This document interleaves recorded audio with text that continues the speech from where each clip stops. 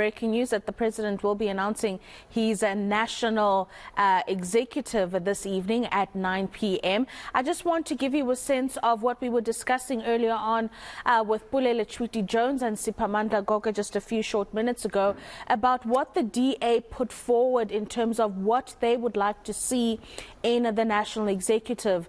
We did discuss that ultimately this is the prerogative of the president as stipulated in the Constitution, but he has been, of course, taking suggestions and recommendations from all those who've now signed on to be part of the National Government of Unity, that statement of intent. So on your screen, what you've got there is what the Democratic Alliance had put forward in terms of what they would like in terms of ministries. The Ministry of Home Affairs, Basic Education, Agriculture and Rural Development, Public Works and Infrastructure, Communications and Digital Technology, Forestry, Fisheries and Environment.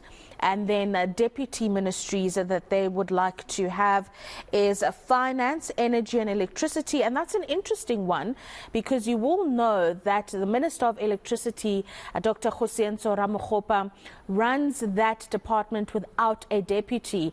This deputy would be an introduction of a new role within the National Executive, that of Energy and Electricity. And what also makes that quite interesting is that this comes from the same party where over the years have called the cabinet bloated and that it needed to be cut down.